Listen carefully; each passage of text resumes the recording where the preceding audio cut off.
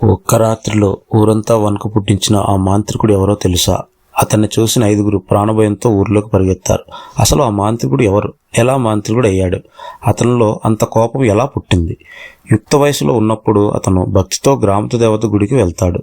కానీ అక్కడ పూజారులు, గ్రామస్తులు ఒకటే మాట అంటారు: నువ్వు తక్కువ కులస్తుడివి, నీకు గుడిలోకి ప్రవేశం లేదు అని అంటారు. ఆ మాటలు విన్న అతని గుండెల్లో బలంగా దిగిపోతాయి. అప్పుడే అతను ఒక నిర్ణయం తీసుకుంటాడు: ఈ ఊరిని ఎలా అయినా సరే నాశనం చేయాలి అని. ఊరికి దూరంగా వెళ్ళి క్షుద్ర పూజలు చేస్తూ శ్మశానాలు, అడవుల మధ్య రాత్రులు తంత్ర సాధనాలతో గడుపుతాడు. 20 ఏళ్ల తర్వాత అతను ఇక మనిషి కాదు, ఒక ఘోరమైన మాంత్రికుడు. ఎన్నో క్షుద్ర శక్తులను ఆవాహించుకొని తన శక్తుల్ని తనను అవమానించిన ఊరిపై ప్రయోగించసాగాడు. కానీ అది సాధారణ ఊరు కాదు. ఆ ఊరిని కాపాడుతూ ప్రతి రాత్రి గ్రామదేవత స్వయంగా ఊరంతా సంచరిస్తూ ఉంటుంది.